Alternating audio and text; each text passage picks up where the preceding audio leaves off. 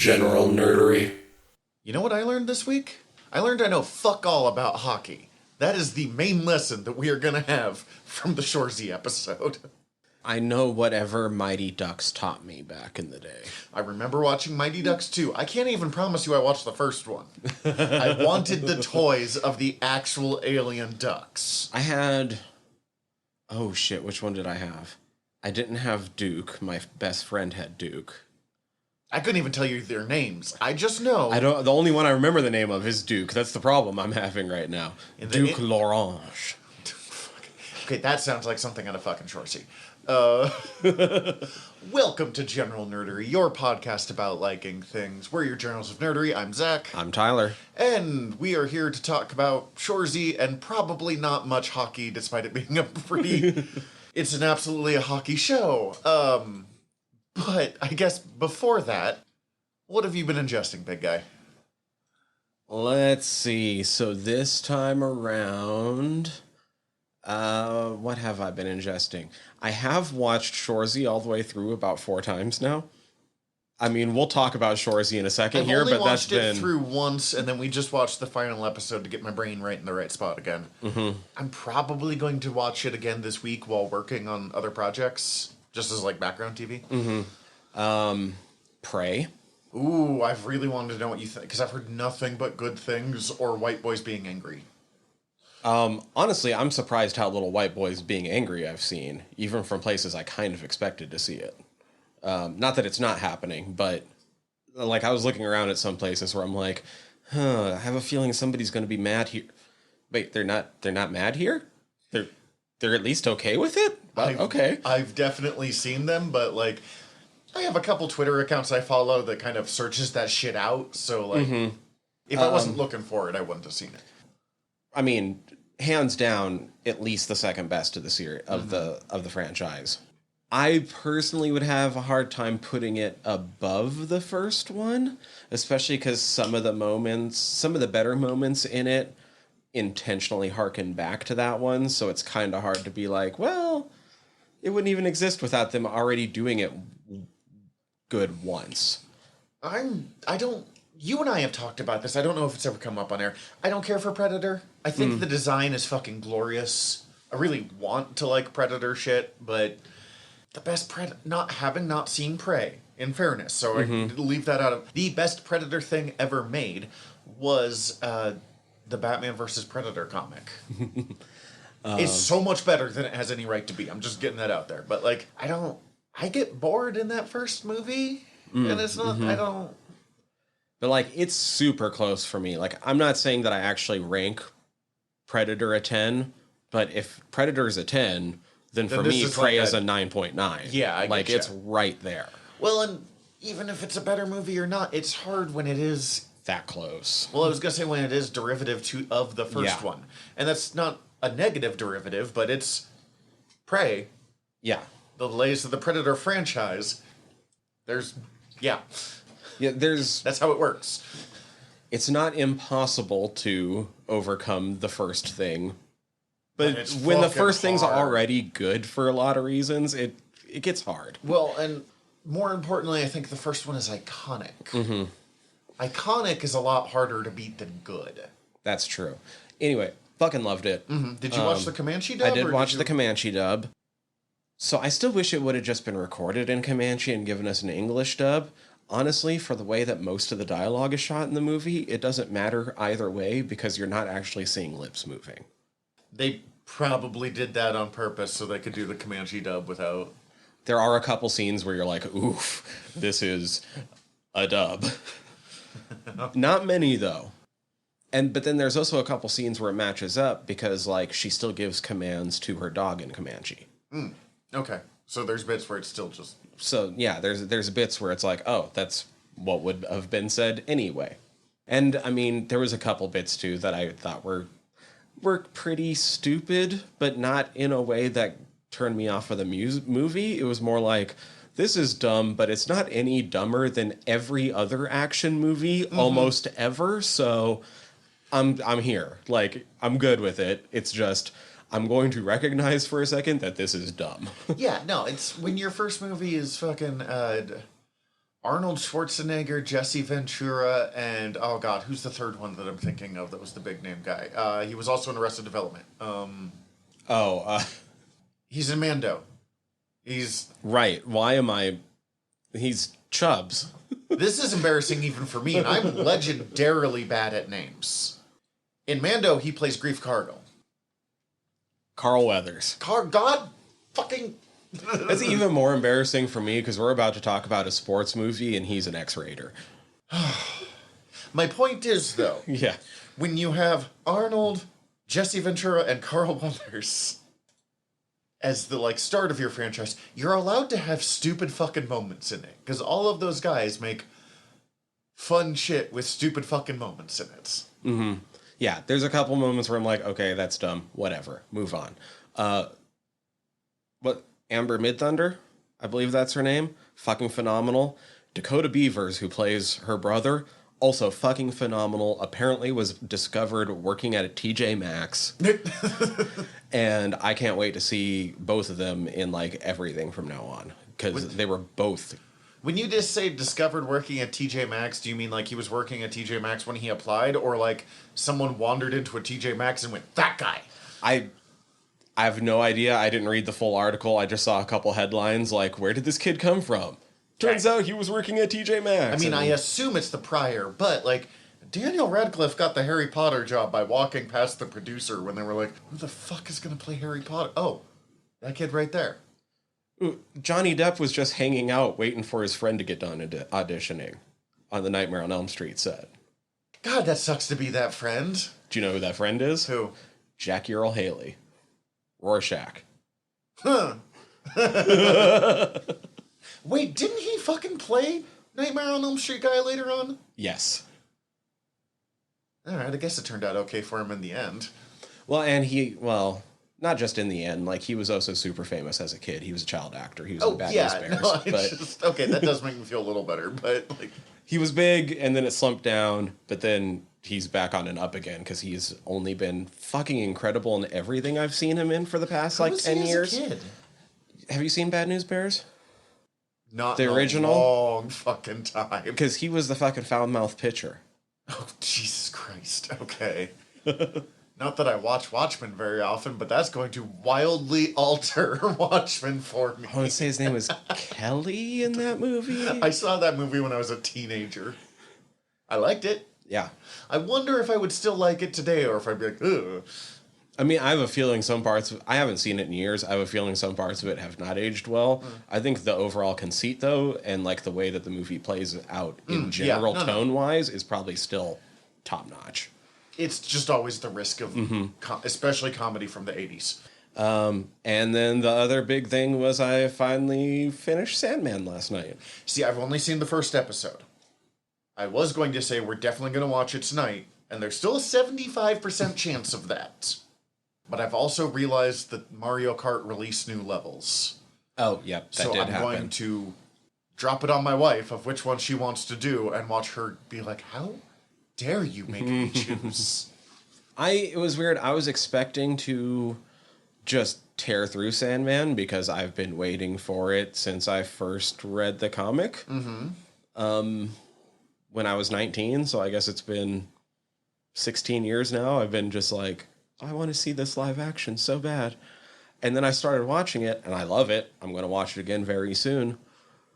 But I was able to wait. And, like, I watched it with my girlfriend, Margaret, and I was able to go at her pace because I realized they're doing it accurately enough that I know what happens. They're doing it really accurately, and each episode works well enough as a standalone thing that, like, I mean, I'll happily binge multiple episodes, but even that first one, which ends with, like, I've put this realm together before, I'll do it again. And I still felt like I got a complete story. Right, and the first 4 episodes are almost, like, issue by issue.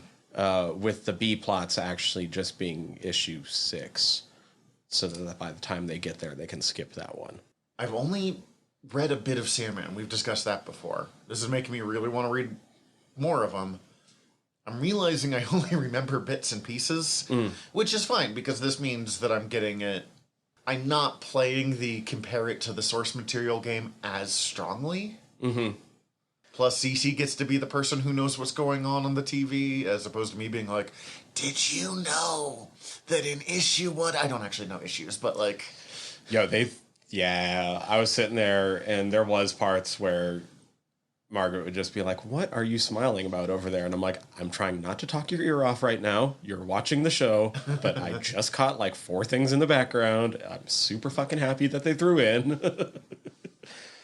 The Constantine episode, they throw in a bunch of Hellblazer shit. I heard about that. I know Jamie Delano got credits on stuff. Like, for real, they could just do the Delano run with Joanna Constantine, and I'd be all for it. I don't know. No discredit to her. Mm-hmm. I don't know if her Constantine would jive with the other runs. That's fair. The update to Constantine is pretty significantly different than... She feels pretty spot on, but spot on to a very certain feel. Yes. And as Constantine, like, they updated her pretty significantly. That's not a bad thing. And they did it respectfully.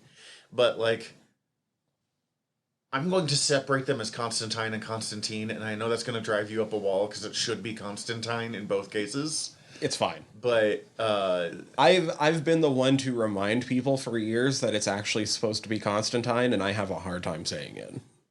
Constantine is a Sting wannabe.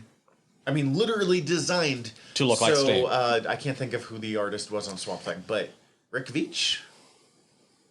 Yes? I think Rick Veitch wanted to draw Sting, so Alan Moore created Constantine. And it works, and I fucking love Constantine, but, like, that's such a product of the 80s origin, so when they updated her, updated the character to Constantine, it made sense to not just be, like, still Sting. Mm-hmm. As much as I fucking love, God, I can't think of who plays Constantine in Legends. Matt Ryan. Matt Ryan does such a good job of doing old school dirty Constantine. Honestly, I can't see him doing a couple of the runs either. Yeah. But he's still kind of too happy of a Constantine. Constantine goes through some shit in the 300 Hellblazer. Oof, yes, he does. And he's not a happy bloke for most of it. Is that your friend? Must be. He's dead. Yeesh. Yeah, pretty much. No, across the board, I've been... Actually, I think some of the changes are better. Mm-hmm. Super minor spoiler, but, like, even just having Lucien find Dream instead of the Gargoyle when he first arrives back in the Dreaming makes so much more sense. Lucien, rather than Lucien from the comics, has so much more personality than the comics counterpart. There's only been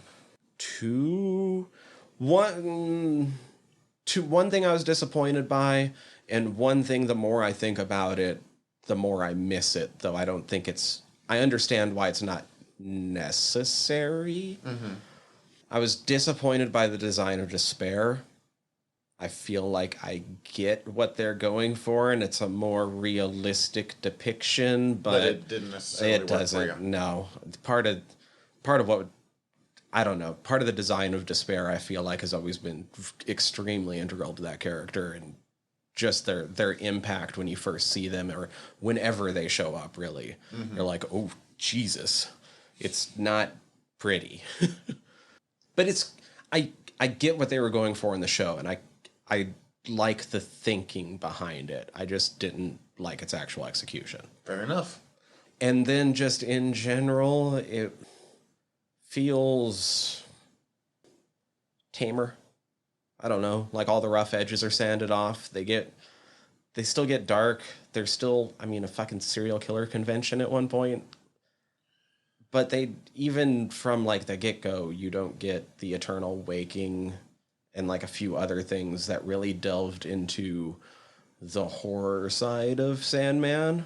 Part of that might be the era that we're in. We're not going as raw with a lot of our media as the 80s was. The 80s was pretty willing to, like, be rough. Mm-hmm. And part of that could be Neil Gaiman, because he's older now. And I was going to say, one of the interesting things about Neil is because he's so heavily involved in the TV and movie adaptations of his properties anymore, he gets to update it in interesting ways, but he's also not the same person that he was in fucking... When did Sandman come out? 92? When did Serious House on Serious Earth come out? Because it would have been like right after that. Because that was the book they gave Dave McKean to give him the cred to be on Sandman. God, Serious House on Serious Earth was good. Yeah. Original series ran for 75 issues from January 1989 to March 1996. So it was 80s. For some reason, I thought it was actually early 90s. I mean, very ass end of the 80s. But I don't know. Some of it doesn't even... I don't feel like the Eternal Waking is all that... Like, I don't think it pushes the envelope that much. And it's weird that we didn't get it in some form. I guess I don't know. No, it's fair. There's some things I wasn't really expecting to see, like in the Constantine episode, Dream a Little Dream of Me. I wasn't expecting to see a house like Cronenberged out with like walls of flesh and shit like that. But I don't know. Some of the other parts I was like, okay, why not this? It's almost the same, but I don't know. I mean, it could range from anything from budget issues to time issues and that doesn't. Yeah, I get what you're saying. But I don't want to make that sound like I loved the show. I'm really looking forward to watching more of it. And like I can't believe that it's coming to life as well as it is. And I've been spellbound watching every episode. It's just that if I have to look back at the episodes, I start missing things. Yeah, that's fair. Okay, so Spider-Verse, it would be hard to do, but like even with Spider-Verse, which I still call the gold standard of adapting comic books to other media, there's stuff missing. There's stuff that I wish was a little different for the sake of the, it's just a thing when you come to adapt. You're like, oh, that's better. Oh, that's definitely worse. And I do still kind of wish he wasn't just a white guy walking around and he was more like otherworldly. I was actually talking with someone about this at work, where they were wishing that his eyes were more like... I actually like the way they did it, because in very certain scenes, they do the eyes are stars. It's what we were hoping. Neither one of us had gotten far enough in to see the eyes as and stars. They don't highlight it. Like, you don't... It doesn't happen and the camera, like, focus on his Zoom face or in, something. Like it's like you kind of just have to catch it.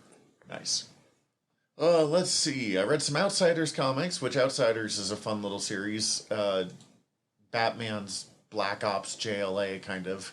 Or, like, Batman's Rogue Bitch period. But I think, easily the most important thing is I have watched so much fucking Letterkenny. If you didn't bring that up now, I was gonna bring that up kind of before we wanted to talked bring it about up now so we can kind of get some of the Letterkenny out of the way. Because we're obviously not going to hit through every season leading up to Shoresy now that we're about to talk about Shoresy, but you just binged a shit ton of it. So I have been watching Letterkenny off and on in between shows because just sometimes you need a sitcom. And then we decided to watch Shoresy, and we decided later than normal. Usually we know what episode is next by the time we finish recording. We didn't know what episode we were going to play until a week after we recorded. Right. And even then, like, we went through a couple different options before we settled on that. So I watched, just last week, 7, 8, 9, and 10, and Shoresy. And the week before that, I watched part of 4, 5, and 6. Right. I have watched so much fucking Letterkenny that it altered the speech patterns in my house. We started fucking chirping at each other, and, like, the rapidity of how we were speaking went way the fuck up. How was it to binge it all that much, other than it changing your speech patterns? You know, still really good. I had only seen through season 8. I fell off a little knowing I was going to catch up, but you know how it is. and that's why I'd been watching slowly through. I think 7 is the only season I would call actually weak. It's the one with the cracking egg where they have the show. And even then, it's not a bad season. It has some legitimately good points. The agriculture show is just not an interesting bit.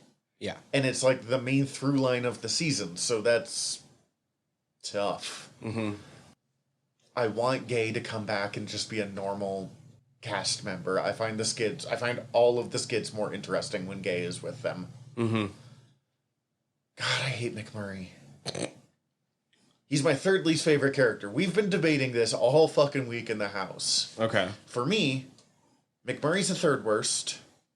Okay. Coach is the second worst. Gotcha. Dirks is the worst. Oh, Dirks is the worst. Cece and I are both on that. Grizz thinks that McMurray is the worst, followed by Coach and Dirks. With the argument that you're not supposed to like Dirks. Well, the other two are like kind of members of the community still, but they're so shitty. Right. Oh, that's weird for me because like I don't like McMurray more than Coach, but I like having his character on screen more than Coach, if that makes sense. Yeah. McMurray feels more like part of the community in a way that I understand why they put up with him. Right. Like, he's a garbage human. And not, just to get this out there, not because he is in whatever open relationship thing he's in. Swingers? No, yeah. It's because of everything else about yes, him. it's every aspect of his personality but that. Good job on that actor. Actually, good job on both of the McMurray's actors for being that disgusting. And then you watch her.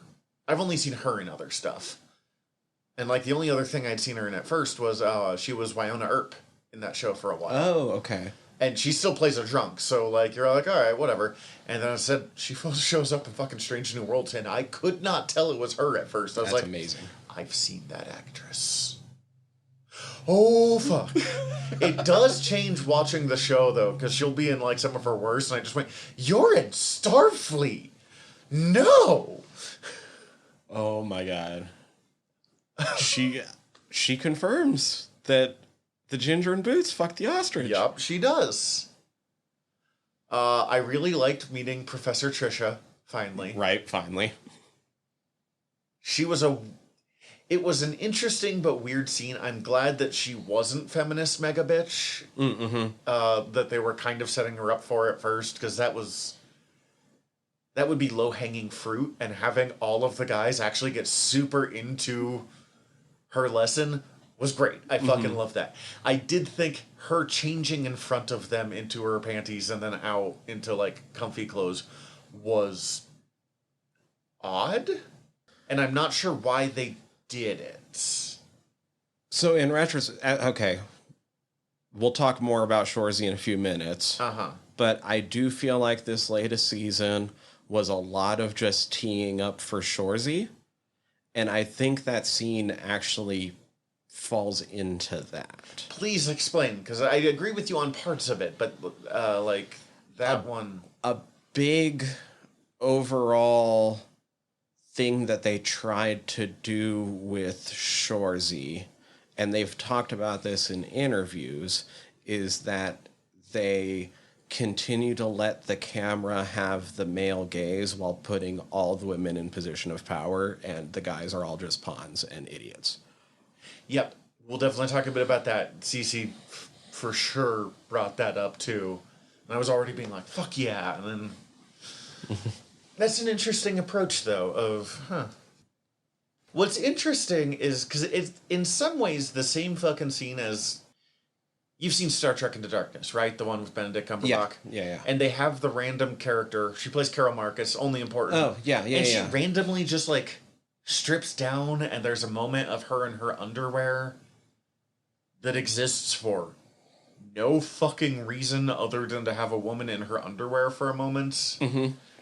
And that scene gets fucking slammed. Woman is gorgeous. That actress is so pretty, don't get me wrong. But, like... It's a weird scene. It added nothing to it. Just was weird. It was so out of place with the rest of the movie. This didn't feel out of place like that. No. In any way, shape, or form. But in some ways, it's kind of the same scene of randomly like, all right, now the pretty lady is going to strip down to her underwear. It's also just kind of like, because it's Letterkenny. Yeah. And pretty much every female on that show is like an Instagram model. It's just impossibly hot. I will say my one big critique of Letterkenny is going to continue into Shoresy. Every woman is impossibly hot, but they're almost all the same kind of impossibly hot. I would like some more body types. Like, Letterkenny, for the dudes, we have Wayne, who is just built like a fucking truck, Jared Kiso. And then we have Squirrely Dan, who is a big fat guy. And as a fat guy, I like that's not a critique. That's just... Yeah. What he is. And then we have, the Skids, who are both just rail thin. Several of the women of the show, I mean, they're all have their own styles and differences and stuff, but all of them are real skinny, except for maybe Tanis, who is still fucking fit. And good job, all of you ladies. I don't want to body shame in any way, shape, or form, but it's like all within 2 sizes of one another. Right. It's all, yeah. There's not much differences. Yes, exactly. In the grand scheme of things. The closest we get is Lavina Dix. Right. And we barely get any time with her. Yeah, I really liked that latest season of Letterkenny. I just felt like... Both 9 and 10 are fucking fantastic. Bringing Rosie back in as a much more significant cast member... Oh, I love Rosie. ...does great things. It's interesting her character has shifted a bit from her original appearances, but not in ways that I think are, like, out of character for her or, like, hard to explain. But in her earlier appearances, she mostly just read. Like, that was kind of her thing. She's much more likely to, like, show up and be sexy or to sunbathe and drink with Katie Cat or any of those stuff. Or just be around in general. But it kind of works for her character arc of she was around, she was always reading, she was always thinking about, like, wishing to do. She goes to the city, spends her time, and we don't know what happens in the city, but for whatever reason, she decides to come back to Letterkenny. Partially because she misses the people, from what I get. But, I mean, if I move back to my hometown because I miss the people... then it makes sense that she's going to be much more involved with the people. Also, fucking love her in those braids. Thing I have learned about myself, and I know there's a certain term for that kind of braid, and I do not know what it is, and I'm sorry. But Michael Burnham in Discovery gets those in season 3 as well, and in both cases I'm like, you look so much better like, you looked good before. Rosie was gorgeous, but like... Those are fire. Yeah. Fuck, it works on her. I love this latest season, but the finale feels weird. I love that episode, but it doesn't feel like a season finale in any way. I don't think that was like the normal season finale, because remember, they have their like season, and then they always have their whatever day special. Oh, right. Because they've had, St. Patrick's Day, Valentine's Day, Easter, Christmas. They always do a holiday special, and they did fucking International Women's Day. Thank you very much. I was like, Women's Rights Day? No, that doesn't sound right. As a holiday special, I think it stands up as one of the stronger ones that they've done. I agree. That does mean the one before was their season finale. And I'm not even 100% sure which one that one was. It might have been the one with Marie Fred where they're buying the truck. Oh, that's... Sundays are for picking stones. Oh, that's a fun episode. It feels even less like a season finale.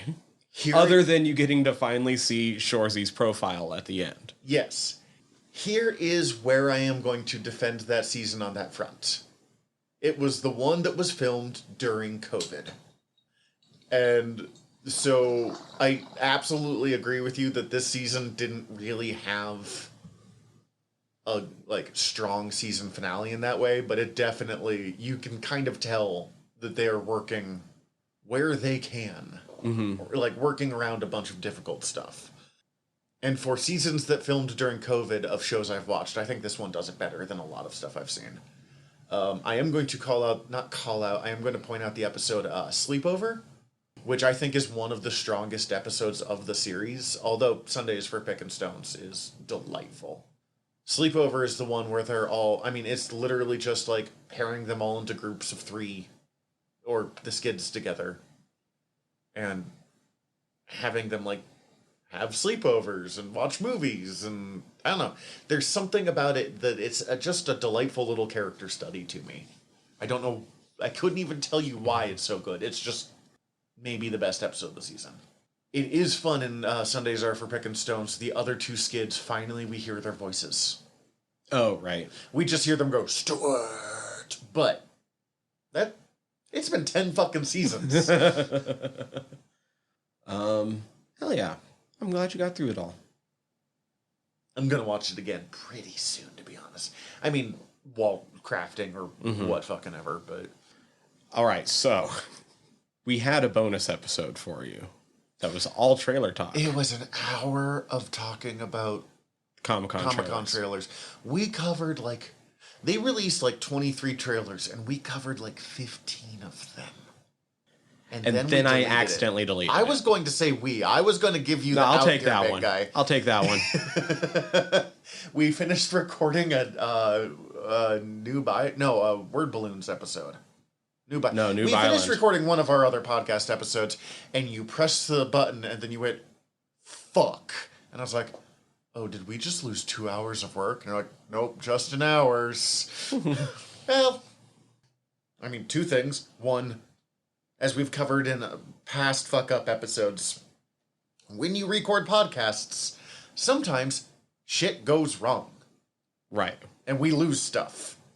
2, if there is an episode to lose, an hour of us going, that trailer looks pretty good, is the one to lose. We're not going to redo that entire episode. Absolutely fucking not. But we would be not doing our duties of doing this show and talking about the shit that we love to talk about if we didn't talk about fucking the Black Panther 2 trailer. I don't know if this movie can match that trailer. It's a fucking fantastic trailer. It's so good. Good. Oh God. I mean, the moment I watched this trailer, I went looking for the music. And they still have not released the mix.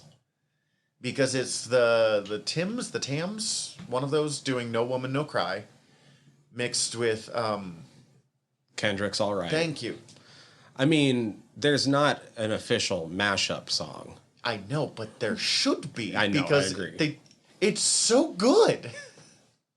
I did find a YouTube that just found that. But it's got some weird audio bits because there's parts where the music gets quieter in the trailer. Oh, right. For other stuff happening. Or where someone actually... There's only one spoken line in this entire trailer. I am the queen! But they took that part out too. But the music gets quieter there, so you're like listening and it's blowing up, and then suddenly the music gets really quiet right there. But they took out the I'm a queen part. I'm like, no, just leave that in there, man. It would have been fucking fine. There's more spoken in the trailer than that, because she also mentions that they took her entire family from her. Yeah, but that's the line is like, I am the queen of the most powerful nation on earth, and I've lost all of my family, and what more do you want from me here? I am not saying that line correctly, but I'm so excited. So excited. I mean, Black Panther was one of the best Marvel movies that's been made. Look, and it looks like they're leaning into the pretty, so... And you know that I've been on a Mesoamerican mythology kick lately. And by lately, we mean like 36 years. No, it's been more lately. Okay. Because that shit's really hard. I get really intimidated by a lot of those names. Yeah, man. I've gotten pretty good at most of them. I get really intimidated by those fucking names. So, the big change with Namor reveal has me ecstatic. Holy shit, Aztec They're not Atlanteans. Talokans. I think Mayan, because he learned Mayan for... That would make sense as a language to learn. Okay. I've seen places say that they were basing the look more specifically off the Aztec stuff. That also would make sense. But I mean, holy first, I'm still shit. gonna fuck up and call them Atlanteans from time to time. I know that that's gonna happen. The problem is, in the comics, it's been Atlanteans for 80 years. So it's just hard. He looks so much more interesting than Namor has ever been in his fucking pasty-ass green Speedo-wearing life. And I say that as someone who kind of likes Namor as a character. I prefer Namora, but... I kind of hope... This is gonna sound weird. Fucking, what's his name? The Aztec Mortal Kombat character. Something Khan still? Yeah, Kotal Khan. Kotal Khan. I kind of hope that that's the way they go with Namor, where it's kind of like he's a hard ass, but he's fair. That's always kind of been Namor's shtick. Right, but there's definitely times he's a lot more villainous. Oh, yeah. Namor's fun because one time you see him, he could be a member of the Avengers, and the next time he's invading New York with Doctor Doom. Mm-hmm. He's such a dickbag. But, like, an interesting... He is one of the few, like, I'm a jerk characters that I still kind of like. But he's got the wings. He's got the wings. He does have green shorts to swim around in. It's just not the same green not shorts. Speedo. And I mean, that guy looks like Namor. He just looks like a different Namor. Mm-hmm. And there was a lot of curiosity of like, how are we going to do Namor? We're not just going to put a dude in a Speedo. That's not going to work in the style we've built. This looks like it does. This looks really fucking cool. And the modern thing on Namor has mostly been given kind of like a black vest and long black pants, and it's still not interesting. So, sure, let's try this. And it makes sense because Namor predates Aquaman. I'm actually not sure when Aquaman came out, but I did know Namor does predate Aquaman. However, when it comes to the movies and when it comes to name recognition, thanks to now Jason Momoa, but even back to the old fucking cartoons and Super Friends, Aquaman has a larger outside of comics awareness than Namor by a lot. So if they had just done another King of Atlantis, they would have been like, oh, so it's not Jason Momoa Aquaman? Why do we care? Right. Changing him up is the right move. In the same way that making Shang-Chi more than Bruce Lee, but not for copyright reasons, was a good fucking move. Mm-hmm. I'm so excited to see what they do with him, what all of that looks like, what Talokan looks like. Even that's close to something. So Tlalocan, putting an extra L in there right after the T, is the like the heaven related to the god of rain, Tlaloc. That makes sense. And it's like where, okay, it's a weird one because it's both like the top layer of like the good heavens, but Tlaloc is also the ninth lord of night, so it's also the ninth layer of like hell. Two thoughts, not quite related to that, but still, because my brain's just going to be thinking about that one for a while now. Mm-hmm. One, we do have confirmed that Namora, cousin of Namor, and totally not his girlfriend, actually, they were engaged several times. That's where we're being creepy about it. But they've tried to just, you know what, never mind. I'm going to move on, which is what they've been trying to do for a while now. We have Namora confirmed, which interestingly means now 2 of the 5 major members of the Agents of Atlas, 2 of the 6, have been confirmed to exist in the Marvel Universe. They just keep setting up all these other teams, and now we don't know which ones they're actually going to use. Now, you've probably never heard of Agents of Atlas unless you've heard us talk about it. Because it's a tiny little nobody series. But it's also a delightful fucking comic book. So fun. I got you to read it, and you're like, this is fucking great. Next, we desperately need Ken Hale, the Gorilla Man, who is everything that he promises to be in that sentence, to come in. Jimmy Woo from fucking WandaVision and the Ant-Man. He's in Ant-Man and Wasp, right? Yes. That's the other one. Just give us a TV show of them. We already want a Jimmy Woo TV show. I've seen so many calls for a TV show where Jimmy Woo just investigates, like Jimmy Woo's X-Files. Because he's fantastic. That's Agents of Atlas right there. Yeah. Do it. Bring in M11, the human robot. Like, don't just give us Thunderbolts and Young Avengers and everything else you guys are setting up. And, like, that's great, whatever, but... I still don't know how it's going to be the Thunderbolts now. It's not. It's going to be the Dark Avengers. Unfortunately, thanks to the fact that the Thunderbolts... If you don't know, Thunderbolts advertised itself as a forgettable new superhero team. Not to be mean to them, but, like... New heroes coming out. See, look at these guys. And they don't reveal till the final page of the very first issue that they're not fucking new, all brand new heroes. It's all old villains. They're the masters of evil pretending to be heroes trying to replace the Avengers who were dead at the time. That's so good. But unfortunately, you cannot replicate that because the moment they announced that they're doing the Thunderbolts... Every clickbait article was, who are the Thunderbolts? Screen Rant had like 15 articles within a day about who the Thunderbolts are. Also, they're kind of just lining them up to be the Dark Avengers a little closer anyways, which is fine, but... They were always going to do one or the other and combine the two ideas, because you don't do both of those ideas. The magic of the Thunderbolts has just always been so interesting. And then I just love the Young Avengers, so that's fine too. But, like, God, Agents of Atlas would be fun.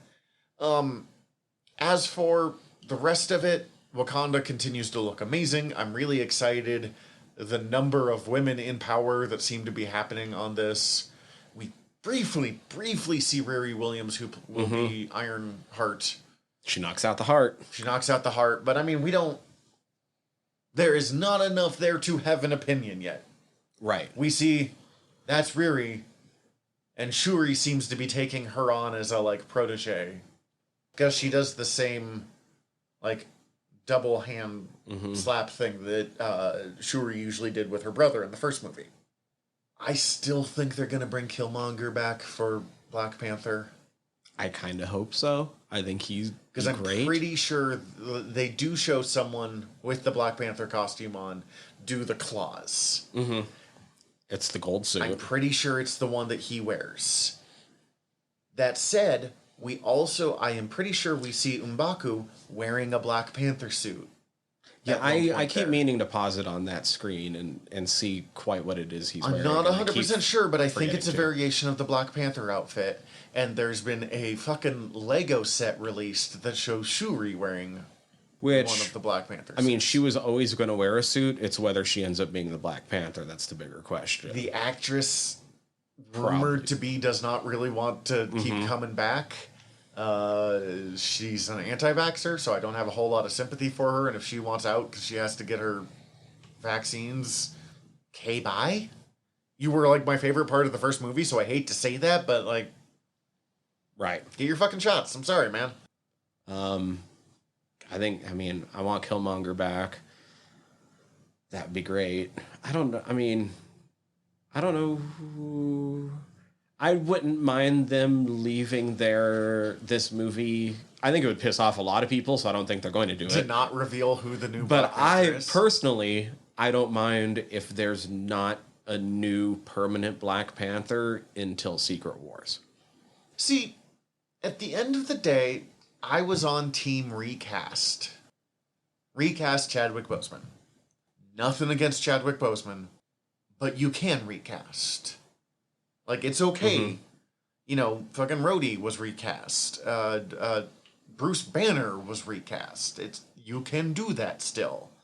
I don't blame them for not wanting to, and I don't blame that cast and director for not wanting to work with someone else. And, I mean, it really does sound like a lot of this movie was these people, because it sounded like they were all pretty close, working through their grief at losing Chadwick Boseman.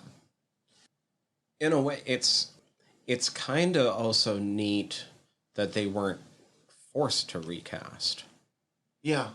How rare is it that they, given an opportunity at this level, to make a movie about their grief? That really is, and that's why, as much as I said, I've been on Team Recast, this is still a movie I'm wildly excited for. Like, I'm so looking forward to this, and I'm not saying that my opinion of what they should have done is better than theirs. There's plenty of movies that have come out where I'm sure my opinion of what they should have done is better than theirs, but God, this movie's interesting. Yeah. I do kind of feel like Marvel is barreling towards a reboot, especially at the end of Secret Wars. Mm-hmm. And they can justify recasts that way of like, it's a soft reboot, but I don't care enough to be that worried about it. So like, I don't feel like they needed to do it. I kind of wonder if they've painted themselves into a corner with the number of like major characters they've written out. There's still a lot of time between now and then, though, too. So that could change as we start to finally see more, too. Who knows? I don't know. I'm excited. I'm super excited to see Tenoch Huerta as Namor, especially since I'm pretty sure the last place I saw him was the last Purge movie. Also, I shouldn't really say wrote themselves into a corner, because they've been putting out some of my favorite of their stuff in that time. So clearly they're doing okay. Mm-hmm. Oh, super fucking excited. It looks amazing. I don't have anything else to say other than I want it now. I want it now. Just now. Yeah. I mean, we don't really do news anymore. The closest we've come is it looks like Valiant Comics might be folding. Which I bring that up mostly because last time we talked about how Oni Comics is super fucked. Mm-hmm. The rich mega corporation that owns Valiant, that has nothing to do with comic books, seems to be pulling very similar moves, and Valiant was hit really hard during the pandemic because they were the first one to shut down, and a lot of their recover technique was to invest heavily in making NFTs. Right. And like, for fuck's sake, Valiant, how did you not... Okay, I get it. Mad money was coming in, and when money's tight, I can see the temptation there. But Valiant is putting out some of the best books in their history, and I'm including the original Valiant Company history. Mm-hmm. So God, I hate to see it. I would hate to see it die. And I mean, we've talked about Valiant since fucking we almost did the get-go. Ninjak versus the Valiant Universe was in our first year of producing episodes, so like... Oh, Ninjak versus the Valiant Universe. Ooh, boy. It was not good, but I had great. a lot of fun. God, the actor who played Eternal Warrior was bad at it. Oh, man. I needed more Shadow Man, but... Shadow Man was the best part of that because it's Shadow Man. The two best properties Valiant has is that and Archer and Armstrong. Mm-hmm. And then the other one is a new company finally bought CW. The Arrowverse was already basically ending, so I'm kind of curious if it means it's still recognizable in its programming as the CW, if that makes sense. Yeah, I mean, Supernatural's done. They are making the Winchesters. Mm-hmm. I mean, as far as I know, that's still CW. on the board. But yeah, Flash is on its final season. There's no other Arrowverse shows surviving. CW has had a very specific lane for decades now, back when it was still WB. Mm-hmm. I mean, Smallville, as I said, Supernatural, various shows of that kind of... Riverdale. Weird, trashy ilk of, like, teen drama and supernatural suspense, and it's a successful mix, and it's the last bastions of Monster of the Week stories, so, like, I want them to continue. It sounds like the last couple of years they had been relying really heavily on streaming rights and got fucked when their deal with, I want to say, Netflix ended. And so they've been trying to figure out how to survive. Well, plus, streaming's in a really weird place right now anyway. Is it because there's like 40 streaming companies right now? No, so... kind of, but in a different way. So if you think about it, most of the streamers started during the pandemic, when there was no movies. And because so many were starting at one time, the name of the game was try to lock down your market share. The market shares have all kind of settled in place. Most of these streamers, like, obviously there's still an amount that it fluctuates, and their amount of subscribers up and down, and certain properties can still bring in more subscribers, but for the most part, it's kind of reached an equilibrium. So now they're trying to figure out, wait, how do we actually make money off of this now that we have subscribers? Because we weren't worried about that before. We were just trying to get our foot in the door. And they have to stay solvent. And not only do they have to stay solvent, but they have to stay solvent at a time when movies are starting to pick back up again. You have Top Gun bringing in $1.4 billion. I still don't understand that. Nothing against Top Gun. Actually, something against Tom Cruise, to be fair. Right. But that's why kind of across the board, you're seeing a lot of weird things with streamers and like a lot of weird cancellations and stuff. CBS All Access has found its lane, and I appreciate its lane because its lane is Star Trek. Like, we have also Criminal Minds and NCIS for old people, and Star Trek. And to be fair, I don't hate Criminal Minds or NCIS. They're not ones that I search out, but Cece's parents watch them. So I've watched a lot of them as a result because, we'll have dinner with them and they're watching those. And I feel like I've seen a lot of NCIS myself. Anyway. There's a lot of it. It's like 19 seasons in now. Gibbs retired, the actor who plays Gibbs, and I don't know if I care anymore. Right. But also that actor was Mark Harmon, something like that, was supposed to be a giant douchebag, so whatever. Paget Brewster's working again, though, so anything with Paget Brewster, I'm in. But that's Criminal Minds. Where were we? How did we get it anyway? Because we had new stuff we were going to kind of talk about, but whatever. As we said when we stopped doing the news, we're not going to search out news things, but when big shit comes up, may as well mention it. But I guess let's take a quick break, and when we come back, we'll talk about what we're actually here to talk about. Shoresy. So Cece described this partway through as evil Ted Lasso. And that's funny because I started noticing kind of weird similarities too. And I mean, it was one of those like you're married telepathy moments because I was literally thinking like, it's not Ted Lasso, but there's some heavy Ted Lasso vibes in this, and like kind of comparing and thinking like maybe it's a sports show thing, and I'm sure it is to an extent, but I haven't been able to stop thinking about it since. Also, fair warning, we're eating sticks while recording this. That's right. Because Shoresy is... If we hadn't done Food Wars, Shoresy would have been the most food-oriented show we've ever covered on this fucking... Weirdly, yes. Half of his fucking chirps are about food. Every time he hits on the reporter, he offers to buy her some weird kind of... I say That's weird, true. I mean like... You wouldn't expect it in deep rural Canada kind of food. Right. I'm going to take you out for Caribbean. It says shawarma at one point, I Yeah. want to say. Like, great. All of that's amazing. But When was I the last live time in... you had some good tempura?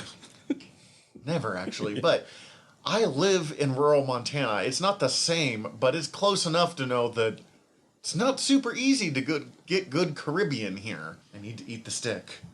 If you haven't watched the show, Stick is drumsticks. It's the ice cream stuff. So glad you bought these, because I've been thinking about them nonstop 4 days now. I know, yeah.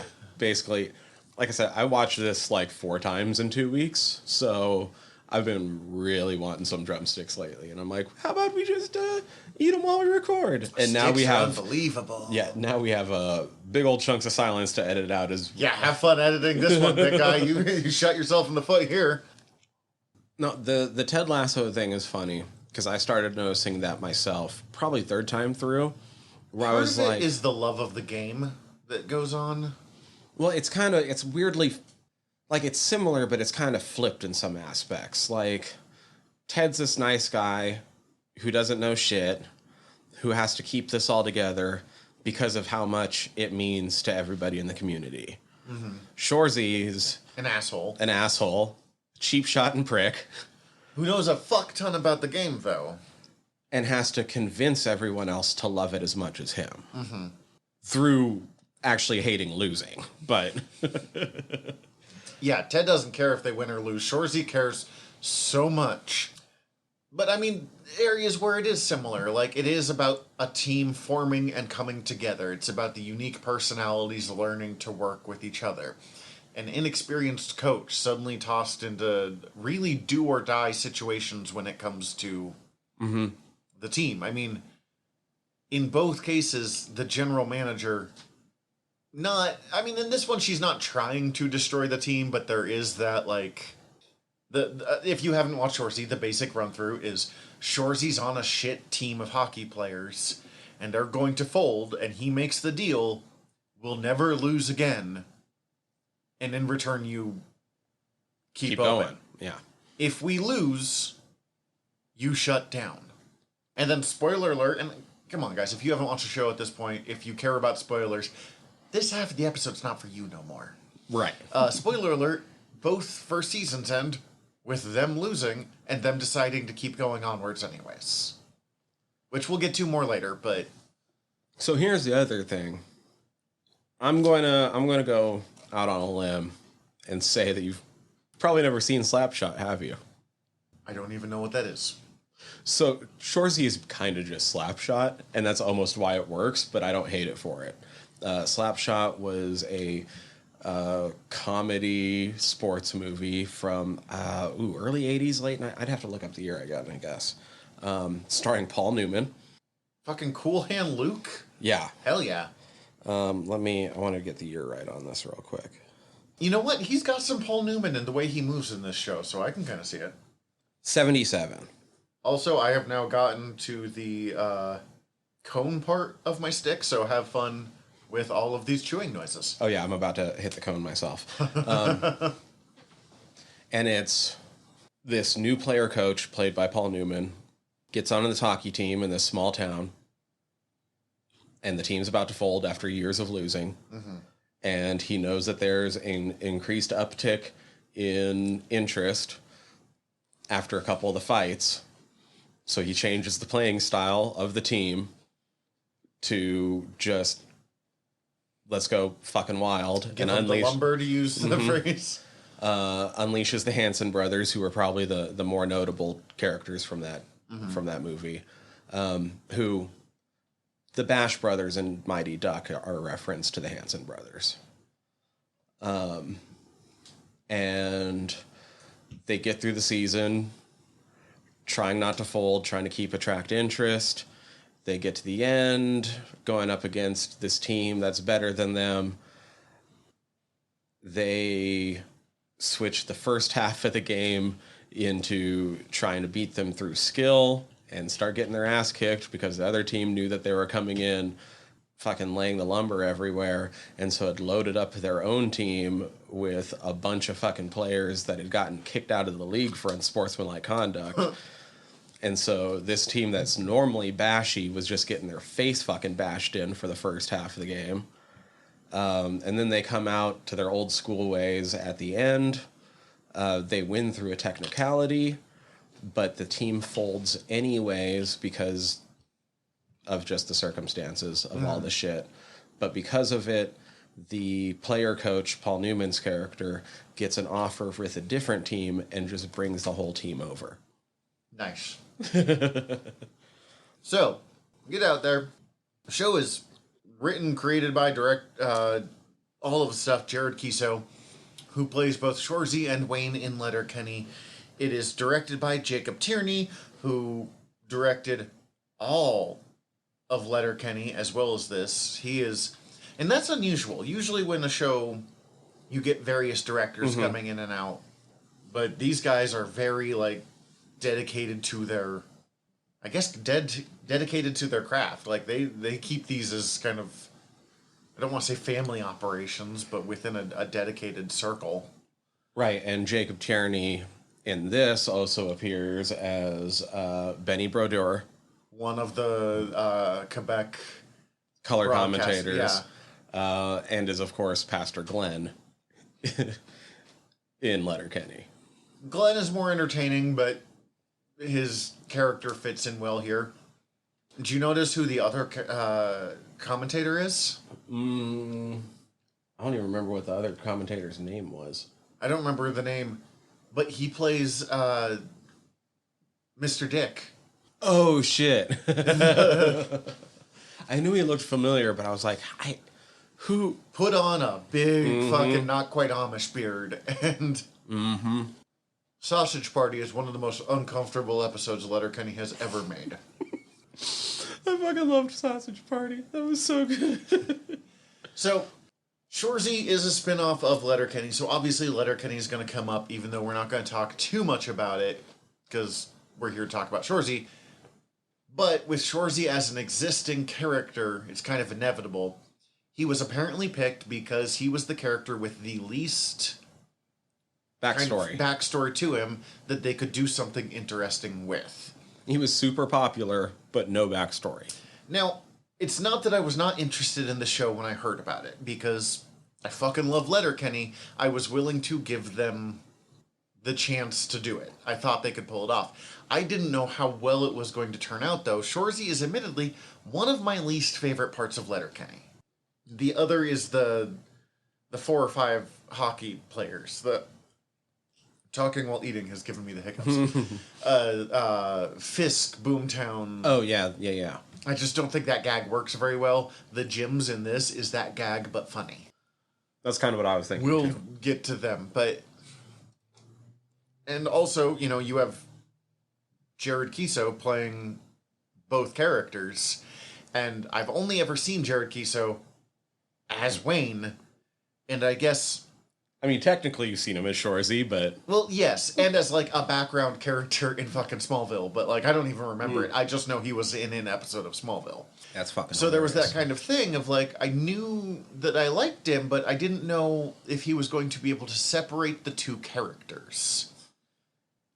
Could he pull off Shoresy and not just still Wayne when we can see Shoresy's face, when he's not just the, weird character, falsetto voice and never show his face that Shoresy is in Letterkenny. I feel like here and there Wayne bleeds through a tiny bit, but not much. I am really actually very impressed with how good a job he did of not... He brings a completely different physicality to the character. That's really what it is. How he stands, how he talks. He still has that higher raised voice, but it's not the complete falsetto that Shoresy had. Because it would have, if they had just kept classic Shoresy, where his voice is super high falsetto all the time, and you never see his face, the show would not have worked. You couldn't have done it. But I didn't know if Shoresy could exist outside of that character, because he still has to be Shoresy. I think he pulls it off. Not only does he pull it off, I'm now in the Jared Kiso for Wolverine camp because of this show. More than I was before, yeah. I don't know if he's... Yeah, more than I was before. I still don't know if he's my top pick. I'd have to think about that more. But, I'm like, oh, no. If he got cast, I'd be like, yeah, I get it. I get it. Let's do this. Cast a fucking short person for Wolverine, for fuck's sake. Agreed. Isn't he 5'6" or something like that? Oh, I was going to guess at Kiso's height. Oh, Kiso. Kiso's over 6 feet tall. Yeah. Yeah, he's still way too big for Wolverine, but... I will give this credit. This show is both very much like Letterkenny, but not Letterkenny at the same time, which is hard to do with spin-offs, because it's very easy to just accidentally do less good Letterkenny. And instead, I've got places that I think this show does better than Letterkenny, and I've got things that I think Letterkenny does better than this show, but it's in its own lane enough that I don't... They're not competing as much as, running parallel to each other for me. Right. I will say, I think Letterkenny does a better job at getting a wider range of characters, distinct personalities faster. Okay. But because... Part of that is because, one... Well, yeah, that makes sense. Letterkenny is more about the characters as opposed to the plot, while this has a lot more of a, ongoing through line than the first season of Letterkenny had. And because Letterkenny split everyone up, I mean, what's that intro to Letterkenny? There are 5,000 people in the town of Letterkenny. These are their problems. Yeah, but there's also like Mm-hmm. the from the first couple episodes, yeah. the Hicks, the Skids, the hockey players. They originally had the Christians, and then they really quickly went, Glenn's the only one we give a fuck about in that setup, so let's just silently drop all the rest of them. Right. And they were kind of able to give you a background for each character just by setting them in that category. Well, I was about to say, that's the thing, like, Shoresy is about a category. yes. I would say two. Letterkenny's about a town. Shoresy's about... I will give Shoresy two categories. The people running hockey and the people playing hockey. The sluts? The sluts. Also, God bless them for the only time they referred to someone as a slut, it's the men. It's the hockey players. It fits them. It's like insulting, but doesn't feel like condescending. Right. The sluts. God, it's the only way you could use the word slut as often as they do in this show without me just being completely set off from it. What is the actress who plays Tanis in Letterkenny? Kenya Tia Horn. She is involved in Shoresy behind the scenes, but it sounds like she's decently heavily involved. Because she's Yeah, I think she's... some kind of producer, but she's a producer, and I think partially in charge of casting as well as... Not casting, but like... She's a producer specifically in charge of making sure Indigenous representation is well done. I don't remember what the specific term is. I know they've talked about where they set it has a really heavy Native population. So if they hadn't put a heavy Native presence in the show, it wouldn't have worked. Like, it just wouldn't have felt real. Beyond the fact that it's just important to actually have Native representation in television, because we're really fucking bad about that. Yeah, there's been a lot more lately. I've been watching a ton of those shows. It's been great.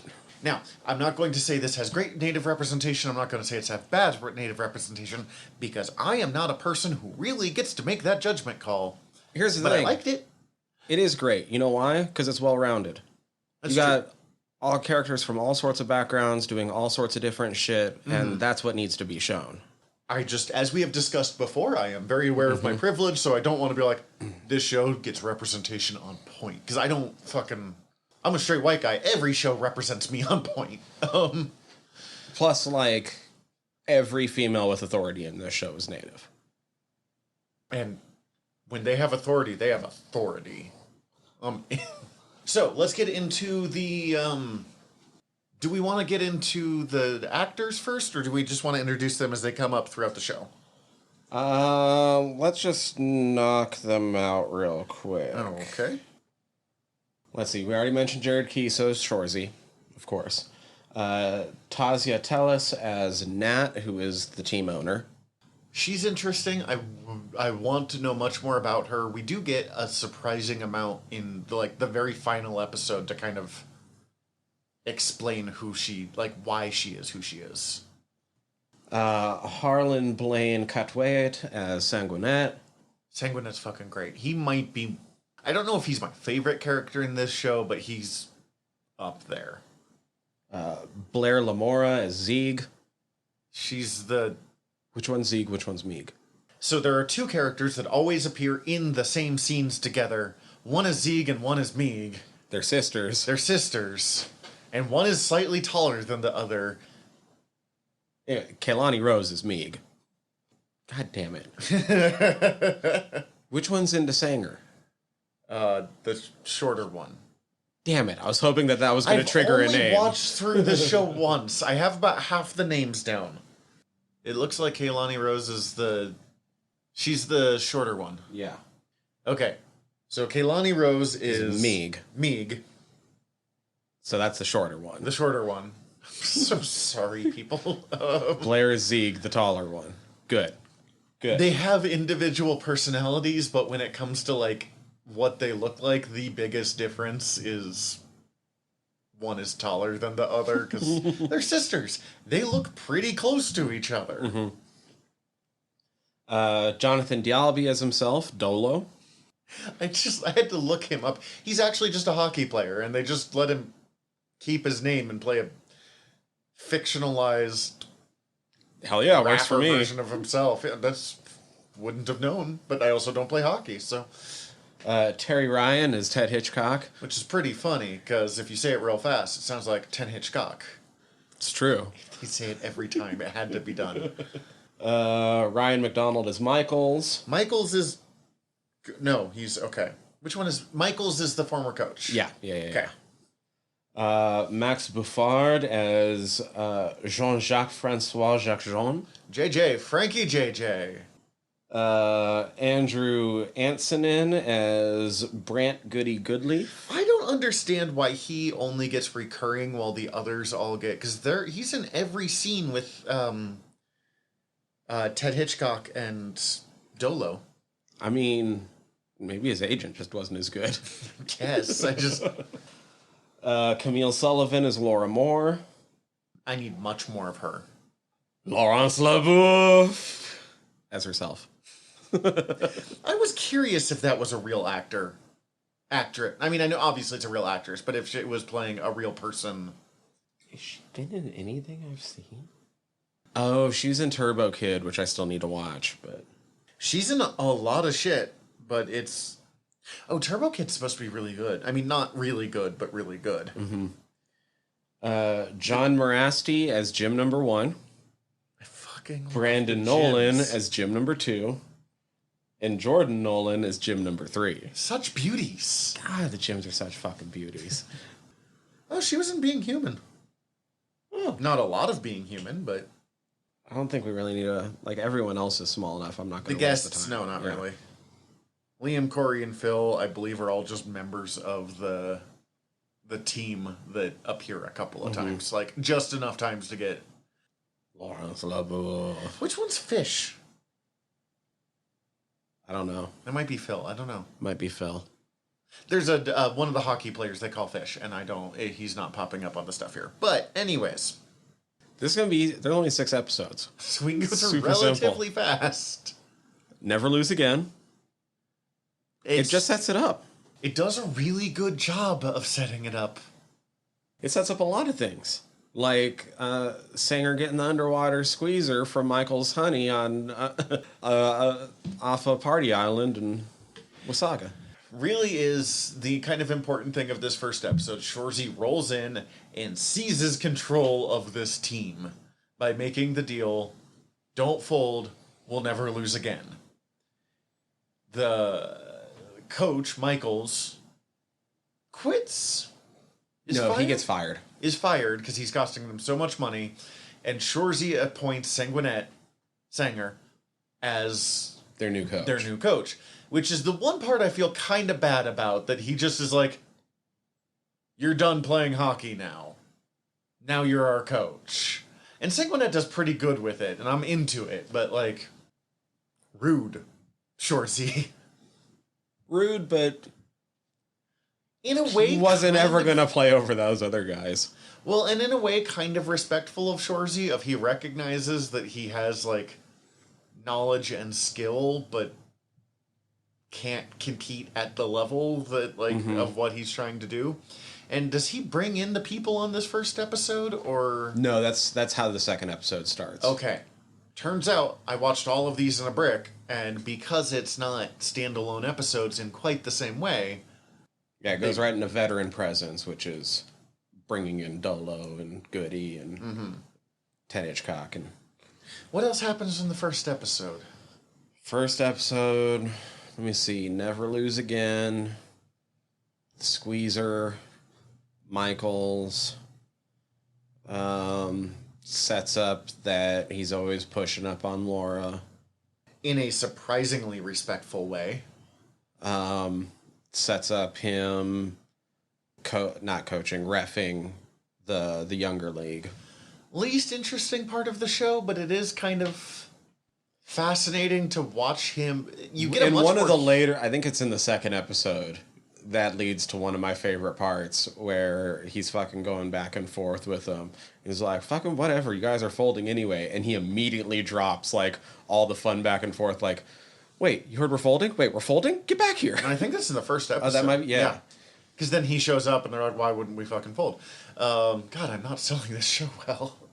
It does provide the first point where we get a more human aspect of Shoresy.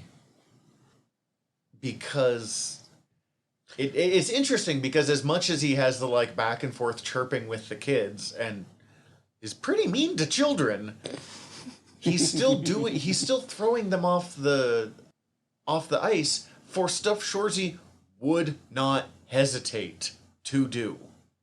Well, it's even funnier because he's throwing them off for not upping it. Upping it? Like, he's throwing them off for doing, like, exact retaliation. Somebody's throwing a punch at them, and they're throwing the exact same punch back. And he's always gonna get somebody who retaliates. But he's telling them, like, if you're gonna come back at them, then you've got to come back harder. I missed that part. Okay, never mind. That's very Shoresy. Completely ignore everything I just tried to claim there. Because that's the first, they keep getting on him, like, what the fuck, they started it. And he's like, I'm always going to get the person that retaliates. If you're going to get him, like, you got to get two on, or something like that. Like, okay, so never mind, very on brand for Shoresy. I don't know, some of those scenes fell flat for me, but I love that they set it up so that in a couple episodes, you're able to get the kids just fucking giving it to them over the Blueberry Bulldogs. Mm-hmm. That's one of my fucking favorite scenes in this entire season. Well, and it does set up an interesting love-hate relationship between Shoresy and the kids of... I mean, because anytime we've seen Shoresy before this, it's mostly with Riley and Jonesy, who fucking hate Shoresy. So seeing people have, like, a similar, fuck you, dude, but with more... I don't want to say affection, but, like... But it's affection. Affection or respect even behind the eyes as opposed to... God. Especially as the season goes on. Mm-hmm. He definitely starts to earn it a lot more as the season goes on, too. Before we get too far into the season, what did you think of, like, the Shoresy send-off episode of Letterkenny? It was fine. Yeah, that's kind of what I thought, too. It was weird to see Jared Kiso playing two characters... I mean, obviously, they just used a stand-in for the two scenes that they interact. It makes sense that they showed why teams put up with Shoresy, of he's got the fucking hustle, that he works until he vomits, that he's... Because we've kind of seen that before. But not... It's been slightly hinted at more than anything. We knew he was good at the game, but we show that, no, he's a piece of shit, but he's really dedicated to hockey. Mm-hmm. Fucking cries buckets at the drop of a hat. I will say it's interesting that they make jokes about, like, never working out or shit, because he's fucking ripped in Letterkenny, and we see him at the gym a lot. And making fun of Riley and Shoresy for not being as ripped as him. So, it's almost like he's playing an alternate universe Shoresy. That's close enough that I can kind of, like, I mean, I don't need it to be a perfect translation, because as I said, if we just got original titfucker, like, it wouldn't work. Also, apparently my Shoresy voice sounds like Mickey Mouse to me, so that's fun. That was a pretty good Mickey. 7-1. Woohoo! Yeah, veteran presence brings in his crew. Now, here's the thing. I was really hoping that he was going to bring up somebody from Letterkenny, and, like, I was fingers crossed for, like, Tyson and Joint Boy. Everyone else in the cast is connected enough that it would have been hard to, like, pull another one of them away. Mm-hmm. I'm kind of surprised Tanis never showed up anywhere. Yeah. I wouldn't be surprised. I mean, I also don't blame them for not wanting to do heavy crossover in their first season. I wouldn't be surprised if we saw Riley and Jonesy at some point in season 2. Well, I think once... Assuming there's a season 2, it's not been announced, Right. but they clearly are setting up for it. I think if they continue winning, Tannis at least will show up. If nothing else, than to get Bro Dude Energy to sponsor them instead of the Blueberry Festival. Yeah, because the only person we saw outside of Shoresy is Anik shows up. Or is it now Skodude? I don't... Or was that a limited I think that was a partnership? limited partnership kind of thing. Oh yeah, because it was still Bro Dude in the opening segments on of the sports talk show. Brought to you by Bro Dude Energy. Because the show, That Anik is on. Yeah. Yes, but the energy drink that Tannis makes is NDN Energy. I don't think that's PC, buddy. But, oh yeah, we bring in the new players. I fucking love them. I love them. No one was confident in these players at all, but he brings in a good point of he brings in tough guy players, but none of them are active hockey players at the time because it's towards the end of the season and this team has lost 20 games in a row. They're not bringing in big name players other than Frankie JJ, who he somehow... It's because there's an impossible amount of good-looking girls in Sudbury. Well, yes, but like...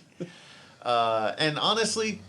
But I kind of love that they lampshade it like that in this, where they're like, we're just going to continue our same casting habits, except we're just telling you straight out We'll this just admit time. it, yes. Yeah. No, but what I was going to say is I think Frankie JJ is the least interesting one of them by far. I agree, but I kind of love that he's obviously just a fucking space case dumbass. I don't hate Frankie JJ. I just like all the others better. And let's go over those names again, because there's Frankie JJ, who has appeared in Letterkenny, Right. but only for an episode or two, and it's mostly just Shoresy punching him in the fucking face. We get Dolo, who left hockey to be a rapper in this version, and mostly only rap singer? rap singer. Yeah, how do you sing rap? And mostly only speaks French. I think he only says one line in English. Except with the one time you hear his rap song, which is all in English. Yeah, which is strange. But Canada's kind of strange, so... And they all understand French, so apparently, at least Good. in that neck of the woods. I took French in college. I really liked French. I just didn't keep it up because I didn't keep college up. Goody, who is most like... He's the only one without some fun accent thing Right. going down of his basic people. Goody is just obsessed with food. And his two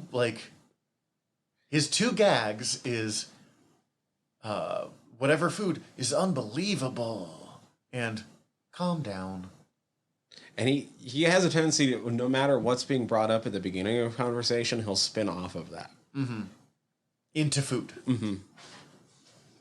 The show is so food oriented. Jesus Christ. Fucking Ted Hitchcock. Ted Hitchcock. I don't know. Okay, so I mean, the only thing I really know about Newfies, to be entirely honest with you, is what I know through Letterkenny and Shoresy. I know that it's a place in Canada. I know it's got its own... It's one of the more idiosyncratic parts of Canada, much like Quebec. But Yeah, I don't know, but he likes his martinis. he likes his martinis, and he's very down for fucking anything. Yeah. Is that all of them? Are we missing? Who are we missing? Did we miss everybody? Frankie JJ, Dolo. Goody, Dolo, Ted Hitchcock. Hitchcock, and then Shoresy is Shoresy, like the yeah. dominant five. Oh, and we meet the Jims. I was about to say, and then they bring in the gyms. Jim, and Jim. Jim. It's hard to talk about the Jims without just saying the jokes from the show. They're such fucking beauties. But really, they exist to... I mean, they're Tyson and Joint Boy. They are there to cause trouble on the ice. And here's the problem of where I don't know shit about hockey. I don't know what any of the positions are other than goalie. I don't know, so I don't know if this is a normal thing, but they just are there to. They're the big guys. Yeah, they're the. I don't know any of the positions either, but from what I gathered was those are the guys on defense. But they brought them in specifically to be on defense because they're tough motherfuckers, and so instead of playing normal defense, they're just gonna fucking fill them in instead. Mm-hmm.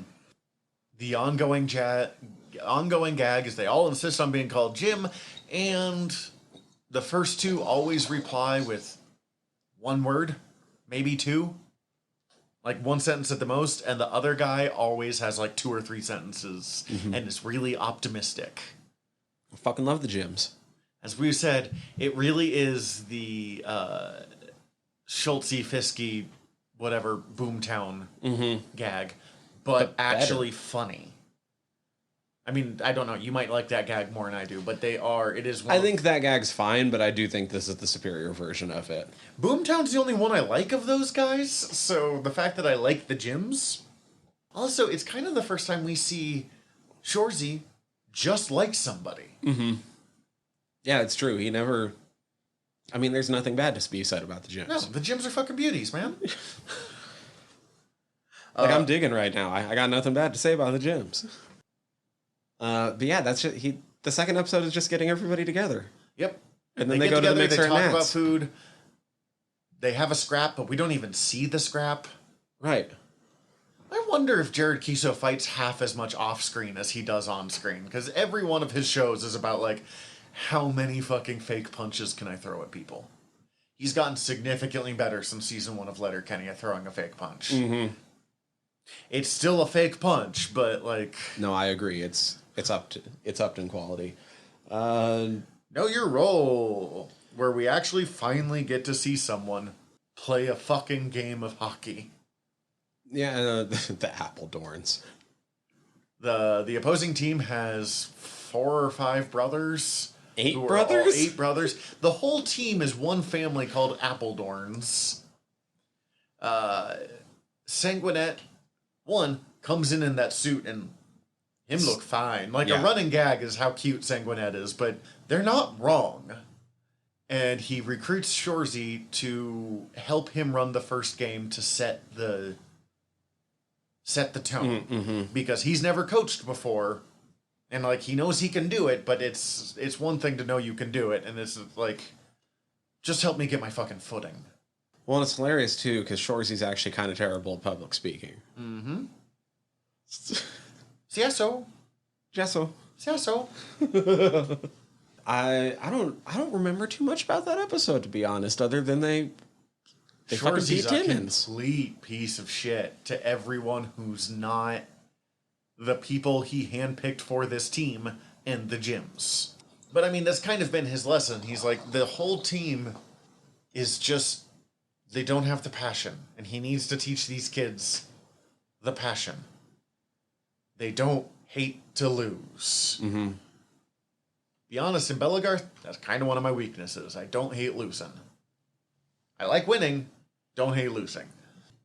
Man, I fucking hate losing, but I never had to use that as back when I actually played like organized sports. I don't like back in losing. The day. I never had to use that as motivation because we were a good team. We weren't in last place in the NoSho. I don't like losing. It's not end of the world to me to lose because I know I'm not naturally gifted at physical stuff. So when I do decent, I'm like, cool. I've had to work to get to that. Okay, I say that. I was getting real fucking frustrated yesterday. I we know I play Bellegarth, stick tag, LARPing, fighting, whatever. Full contact LARPing. Mm-hmm. I was real bad yesterday, and I was starting to get kind of pissy about it. So I guess I do hate to lose enough. But also, I'm a support player, so I don't expect a really high kill-death ratio. Right. I understand that I don't do full contact LARPing, but I did a number of actual organized sports back in the day, so, like, there's parts of this show where I grew up in a small town, so I always like Letterkenny because it reminds me of small town life to a certain degree, but it's so stylized that at a certain point it stopped being that. It's stylized small town life. This, though, is a classic, like it's a TV show, but it's a classic sports movie. Mm-hmm. And a lot of those classic sports movies are based on things that happen. And so, like, we were never last place in the NoSho, but nobody gives a shit about Class C football because that's for high schools with 130 kids and under. So if you go out for the team, you're on the team. We don't have enough people to say no. Like, legit, there's a number of schools that have to partner with other schools just so that kids can play football. Oof. I'm glad they do that. That makes sense. I mean, my hometown now does that, though they can field a team because we were the highest populated town in the county. But that's still like the next town over couldn't. So they've combined in the past few years and have been putting out a combined team. So both. That's nice. But yeah, nobody cares about Class C football because, like I said, it's for 130 kids and under. But it was also weird because, like, I don't know, people would look to, like, the AA schools, but there's only, 13 of them in the state? 11? I can't remember for sure. There's 3 of them in town. See, Stygia Bellegarth, Stygia being the local Missoula realm, exists in kind of a weird place because we really easily could be no one gives a fuck about small town Montana Bellegarth. But we had a couple of years where we showed up in force and made ourselves fucking known. See, and that's where I was like, there's, I think, 11 or 13 AA schools in the state, which are what usually get, like, all the headlines and the notice, because, like, you actually have to try out to be on those teams, because it's for all the schools with, like, 1,000 kids or whatever, which is a lot for Montana. But, like, with that few teams, you also go to the playoffs with a fucking losing record in AA ball. Easy to. Class C football, to make it to the playoffs, you pretty much have to be pitching a perfect season. Fair enough. And we were a good team. Okay. Like, we would force them into mercy rule in the first half. Last time I'll bring up Bellegarth stuff for a moment, but there's an event nearby. It's one of the closest events that we do, which is event being when we all get together for the weekend and camp and party and fight. It's the show. It's why we do it. The opener for a lot of people is in Idaho and Montana. There's now 2 realms in Montana, and I can't wrap my head around this fact. But is one called Thawbraw. It's Thawbraw. And it's not a large event. It's not supposed to be. It's fucking northern rural Idaho. It's near Idaho Falls. 60 to 80 people being the average number of people we bring in. One year, we brought 25 fucking Stygians, Missoula kids, to this fucking event. And people were like, who are these people? Where did they come from? And then, like, we pulled up into our, we'll do, like, realm battles. So, Stygia versus Ebenhold, which is Idaho Falls, versus Wrath, which is Boise, yada, yada, yada. And they were like, what are those realms over there? And they went, oh, no, that's just Montana. I'm like, oh, fuck, that's a third of the field. That's kind of how I feel about this. If we just popped up out of fucking nowhere, and that's kind of what Shoresy is aiming to do here. It's that's really funny, because it reminds me of back during football. One of the years I played, we were the largest Class C school in the entire state. So we had more people suited up cheering on the team on the sidelines than some of the other teams had entire crowds showing up to their games. We're fucking good. It says a lot about me. That and literally half of, like, 48% of our school was on the team. God. It says a lot about me that the only thing sports I can talk about is when I stab people with an 8-foot pole covered in foam on Sundays after work. I do relate to that, though. Of they have a point in either this episode or the next where they give them the gym. GYM, not the gyms. Not the gyms, yeah. And they're like, no one's going to fucking use this. Like, these people work and then come play hockey afterwards. This is not, like, quite professional hockey in the way we're talking about. Has a definite Bell feel to it. Of some people like, you need to put time in every day. And I'm like, I work a full-time job and I'm married and I have non-Bell hobbies. Like, a lot of my life is Bellagarth, but also I have other shit to do, my son. You want to pay me for it, we can talk different things. They fill in Timmins. Then you can't win if you can't win, don't play. Which is most interesting of we actually learned some of Shoresy's background. Which is fucking wild and not at all what I was going to guess. I mean, not wild like it's bad, but like I would never have guessed in a million years that was the way that they were going to go with his family. It's a weird, stupid little joke, but his dad walks up to the table and he's like, wish me luck. This is luck, and grabs the Gus and Brew and walks off with it. I was like, yeah, buddy. Basically, we see Shoresy's family reunion. We're not sure what it is at first because it's rather large and surprisingly multicultural. And, yeah. Turns out, Shoresy's a foster kid. And was lucky enough to apparently have an awesome foster dad. The world's best foster dad.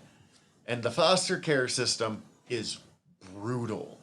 And I mean, I've met a lot of good people that foster kids. Like, obviously, I'm not saying every foster parent's bad, but the foster system is fucked up. He gets just a foster dad, no mom, which everyone, when they realize it, goes, well, that explains why he only wants to bang moms, which is really creepy when you think about it. But, and we find the only group of people in the world who legitimately like Shoresy. Waffle?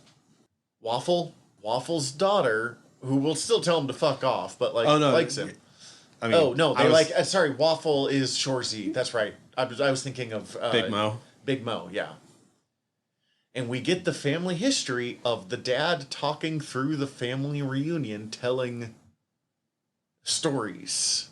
I wish we would have got the rest of it, because there was obviously so many other kids, too. Yeah, although I do wonder how many of them are all foster kids, or if there are, like, uncles, cousins, other stuff. I mean, I feel like some of them were obviously meant to be foster kids, because otherwise they weren't around any of the ones that we know are the kids to, like, show any relation between them. This dude takes on so many fucking foster kids and devotes himself to it. I will say, because we find out the Shoresy origin story, and part of it was he used to be fat, and then he got not fat. And then the show calls out the, like, implied message of stop being fat and you'll be happy. And then points out that is not the point of this story. Like, it'd be super easy to get that message from it, but that's not. But the message is find what makes you happy. And then there are just other results of it. Yeah. It doesn't. And then he's called Waffles. I mean, Big Mo was way dumber than Shoresy was fat anyway. You find that out immediately. Shoresy's called Waffles by his family because when he started there, he ate a 12-pack of waffles every day. Well, they only come in 8-packs. You wouldn't bust one open just get some more waffles. 8 packs or 8 waffles every day with shit all over him until the second foster kid comes in, Big Mo, who is extremely sports oriented. They'd play sports together. He kept losing, which is where Shoresy picked up how much he hates to lose. And then we do get a weird scene of bringing in the next 2 foster kids. Yeah. I didn't catch their names. They only appear in this one scene, but they are a lesbian couple together, and they mock them a lot, but not for being lesbians, but for being foster kids that are married to each other, like foster or about to be married to each other. Yes. And you're like, oh, to be nice to them, and then like they both say "Dad" at like simultaneously. And you're like, well, listen, that's why. Yeah, that's weird. I'm not even saying they're wrong or whatever, but that's... Once again, the show points it out like, look, this isn't why we're making fun of you. We love you. We hope you're happy. It is But if you thought you were going to show up and not get fucking made fun of because all of this... This show is really good at, like, making fun of someone and you think it's going to be because of the, like, bigoted reason, and then it's... No, we're still gonna fucking make fun of you, but it's not for the bigoted reason. That just happens to, like... That's there. We're sorry. You might have to deal with that other places in your life. You won't have to here. We love you. But... You're marrying your foster call sister. him dad. Every time he says something and everyone's like, Shoresy, and then the dad being like, no, that was actually said. Like, oh, God. Oh. And then the other hockey boys, the big four that we've talked about, don't show up for the game because they get jumped by someone that they beat the shit out of in their first episode. Mm-hmm. So Shoresy, and this is something I didn't quite understand because I don't know hockey very well, but Shoresy has his, if you can't win, don't play. I don't actually agree with that, but whatever. Sometimes you just take the shellacking and you learn from it. But he manages to get the game canceled by provoking the other team into starting a fight with him, which gets the game canceled, which I don't quite understand because they fucking get into fistfights all the goddamn time. Yeah, there's a difference between a fight and a pregame fight, though. I think that they should say be that noted. a lot, but I still don't understand necessarily why. Although, I mean, that's a scrap unlike anything else we have seen, because we enter into the next episode With the scrap going. happening. I do love at the end of that, too, how they show up. The other four show up and just dive in. Fucking wail on them. Oh, the thing we haven't mentioned throughout this is Michaels, the former coach, gets brought in as the... Tender goalie. I mean, tender is the term, but basically goalie, if you're like me and doesn't know fucking. He and Shoresy hate each other to the point that Shoresy's not supposed to talk to him, but they keep both insulting each other by talking around each other. It was fine. It wasn't the best gag, was... but it does lead to an important plot point in this episode, so we have to actually bring it up. They're trying to... There are 3 points of this episode. One, the general manager, I can't think of her name. Nat, has to go in front of the league, which we find out are all hard as balls native women. And that whole scene is delightful. Mm-hmm. They're all fucking super hard and mean to each other, and then they find out that they're all into the spirit of the game and are, like, into it. I do like that they called out, they tried the argument of, like, they came into our... Does it say tunnel? Mm-hmm. Our tunnel, our side of the barn, and started the fight. And I'm like, yeah, but Shoresy's on your team, so we know that he provoked them into doing that, so we'll let you do this as a fucking technicality. A pregame, I don't remember if it led to a scratched game, but a pregame fight was a big bit in Slapshot as well. Okay. From what I could tell... the Bulldogs still got fined. Mm-hmm. They mentioned that.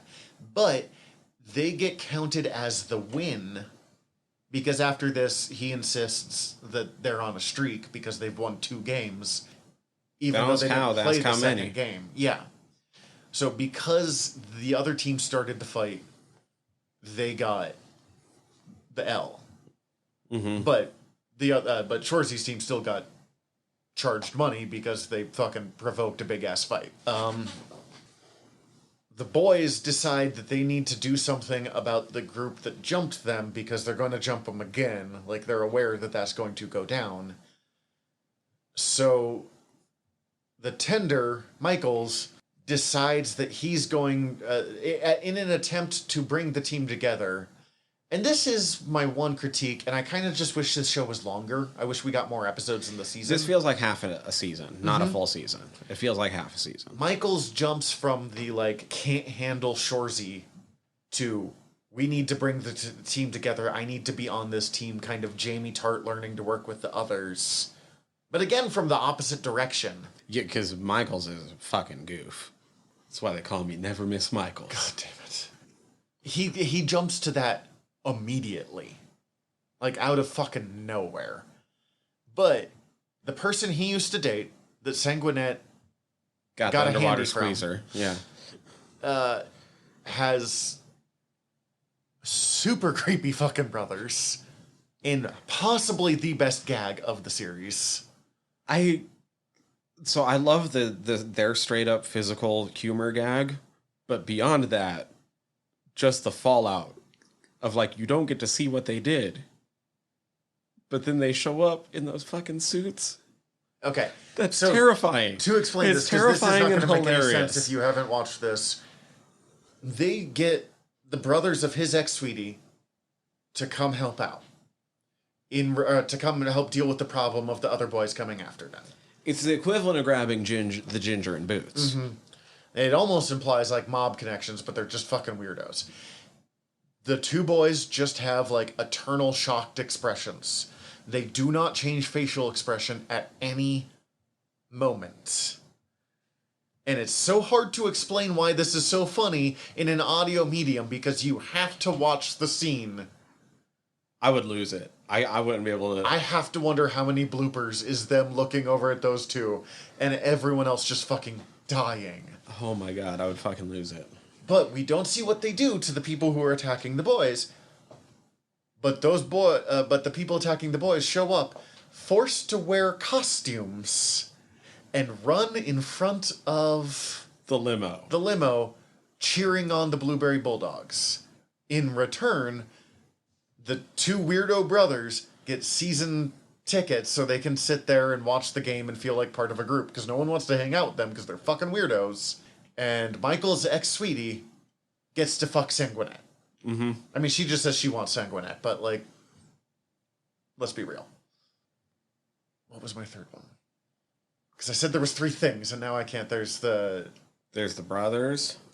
Oh, and then the actual hockey game. Oh, yeah. Happens. You know, the whole thing this fucking episode is about, where it turns out the Sioux, who are the team that's supposed to be super fucking good, They're so fucking good. Did not bring any of their important players. They brought nothing but backup people, because who gives a fuck about the Sudbury Blueberry Bulldogs? Well, and you just want to rest your starters because you're coming up on the playoffs in a couple weeks, and it's not going to affect your standings anyway.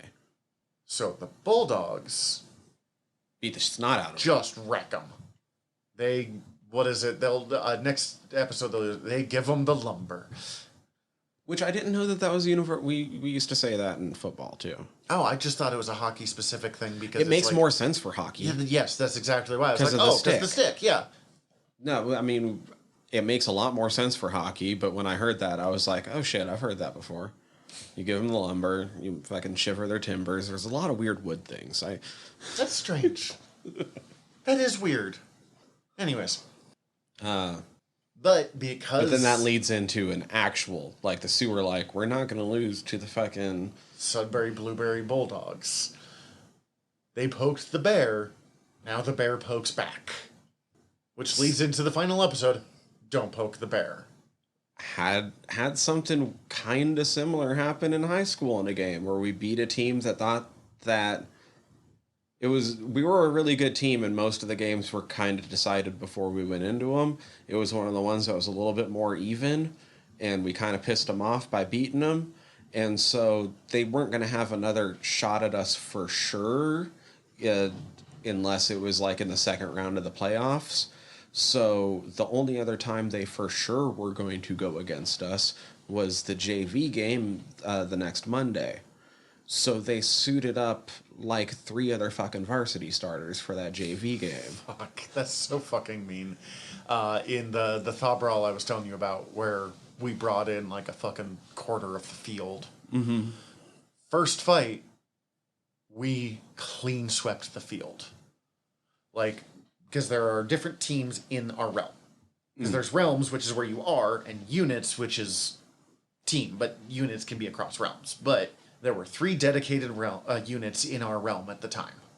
One of them went left, one of them went right, and the other went forward. And and no one was paying attention to us because no one had ever fucking heard of us, but we fought hard, played hard, and we're all young at the time. And we just swept and met in the middle. And everyone was like, what the fuck just happened? But we poked the bear. And they just ran us down. Everyone else was like, they die first for the next, 4 rounds. So... Yeah, even though they suited up all those varsity guys, because of the rules, they were only able to play for 2 quarters. Uh-huh. We still ended up winning that game. Anyway. Humble brag. Well, I mean, it was a weird situation because we were technically also suiting up varsity guys, but it was partially just so that we would actually get... It was a weird situation. We barely got actual playtime because, like I said, we normally would just fucking run up people. Mm-hmm. So. But this is the one where the game is actually the most important part of the episode, which has not been true of any other episode. And oddly, might be my favorite episode of the bunch. I don't say oddly because it's surprising that I like it, because it's very good done. But the sports heavy one is my favorite. It's unusual. It does start before the game. The pressure is mounting because people are starting to pay attention. They're starting to get people to come watch the game. Frankie JJ is caught cheating on his girlfriend and travels back to Quebec to try to win her back, completely ditching the team. Because, I mean, he's an idiot. We already knew that, but he never gave a fuck about this team, but he makes it very clear. He gives 0 shits about this team here. Yeah, I don't know, man. I like the episode just overall. I brought up this kind of just follows Slapshot, and it kind of does still for this episode, and I don't mind that. Like, it's dope. I love it. These guys get fucking wrecked. The Blueberry Bulldogs are not ready to play against the Sioux when they're taking it seriously. But in the third, I don't remember what it's fucking called. Especially being suddenly down a starter, like not knowing that you're going to be down a starter till right before the game. Like, yeah, they come in at a disadvantage, and it's the team that literally the only thing anyone says about them is they're so fucking good. But they get to the third. You told me what it's called. Period. They know they're going to lose. They're down 5. They haven't won a single fucking point. So they come in with the game. We're going to give them a show. We're going to give them the fucking lumber. We're going to score some points. More specifically, the gyms are going to score some fucking points because they're fucking beauties. And because they've been playing real strong, but they've been playing, playing defense is not a glamorous place to play in a sports team. Not because it's not important, but because you're not the one scoring goals. Right. I get that. I felt the gyms on that one. Yeah. I was a lineman. I don't touch the ball. I'm not defense, but a support player plays a pretty similar role of it. I'm very rarely getting the kills. I'm being the pain in the ass that lets someone else get the kill. I do like, because usually when it's like, all right, man, it's time, you would expect hardcore music to play, and instead it's kind of melancholy piano music as we're watching them just fuck up the Sioux. And losing. They still lose 5-2. But fuck some of the shots that we see, punches and fucking just jabbing someone in the nuts with your hockey stick. And yeah, they didn't want it. But we find out that this is... Because they're supposed to fold now. And we find out this is a kind of ploy by the players who realize that they have a team that could really develop into something here. They just didn't have the time to do what they need to fucking do. To convince them to give them another fucking shot. And Nat gives in. Yep. Because we still have the playoffs. By giving them the fear, by showing in the final moment, we know what we're going to do, and we're good enough to make you fucking scared. And I do like the idea that they do kind of break the spirit of the other team Or not even break the spirit, break the illusion of it's no longer just that team's so fucking good. It's, yeah, they beat us. But what was it in the final episode of Ted Lasso of, we didn't win, but we definitely succeeded. Right. Same fucking thing, but from the, I'm going to beat the shit out of you. We will make an entire team of Shoresy's and watch how that goes. Even though they lost 21 games out of 23 from this season. No, 24. They won 3 games, one through a technicality. Right. They lost 20 before the season started, and then they lost his final one. They still get to go in the playoffs because there are only 4 teams in this league, and they wouldn't have enough teams for the playoffs if they didn't. Right. But now that they've got their shit together, theoretically, season 2 lets them go into the playoffs and fucking wreck. God, I hope there's a second season. Yeah, I agree. I wonder how they're going to set up the playoffs with 4 teams. I have no idea. They had If they're just going to do the 4. Grizz had to explain sports to me enough to understand what they were talking about in those final scenes. I don't know if this show needs to be like a 10-season show, 11-season. You know, Letterkenny is going and shows no sign of stopping. Mm-hmm. But they could pull in, I feel like, at least 3 solid seasons out of this show. Yeah. Easy. Play as long as you want to play. I do hope that they pick an end point when they realize that it's time. I would say go till... I don't know if maybe there's something different for hockey, but in general, in sports, 3 championships in a row is a dynasty. Let them get to dynasty. No, that'd be fun. Recommendations? My recommendations is also one of... Fucking go watch Prey. That's my recommendation. That's been my recommendation for everybody that, like, for the past week. Go fucking watch Prey. Everybody. Because it is great. America Andolfo's Sweet Paprika.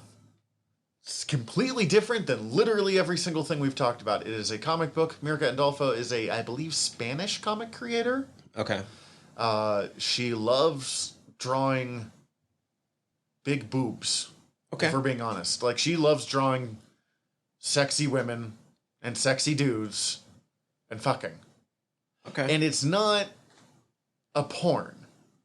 It borderline softcore sometimes. Like, there is a category of Japanese comics called ecchi.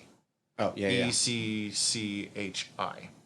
And that's kind of the closest of what this is. This is, or like Sex in the City, where like there's a lot of, from what I understand, there's a lot of sex scenes in that show.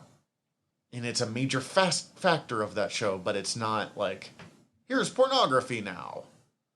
Sweet Paprika is in theory kind of a Sex in the City-like thing. It's about a book editor whose ex is her number one published, like her number one author, who has never had an orgasm in her life, thanks to wild repression ranging from her father, who just all sex is bad, how dare you even think of that, even though it turns out that he's a fucking dog that had a heart attack during an orgy, which she found out about from when he had a heart attack and there were pictures taken. And she's just like, oh my god, it's okay to have sex? She wants to have sex with another publisher that she's super into, but she's terrified because she doesn't know anything about sex. Right. And he's, you know, suave, handsome businessman. So she recruits the fuckboy delivery boy that, you know, like those like bike delivery boys that go around stuff, who comes by the office and fucks all the people, but no one wants to hang out with him beyond like, he's super himbo. To teach her to be good at sex. Okay. This is a comic book. I swear it's good. And then for whatever reason, every character is either an angel or a devil. Okay. So down to like horns and red skin and devil and tail, or, you know, wings and halo. But it's like a Sex in the City comedy drama show, but with angels and devils. Mostly just for like visually it's more interesting that way. Okay. I have no idea. I mean, I agree with that. Like, visually, I That have sounds no idea interesting. if I am selling this in any remote, interesting way, but I read no other book like this, and I am desperately looking forward to Volume 2 coming out. I was trying to verify it real quick, but I don't care. I think I saw, while I was looking at shit earlier, that Sanguinet's actor shows up in a very small role in Prey as well. Oh, cool. I don't remember seeing him, but there's a couple characters that you don't see very much of that he could have been. So When you said Tannis shows up in Rutherford Falls, right? yeah. And Reservation Dogs. Oh, cool. I didn't know that one. Yeah.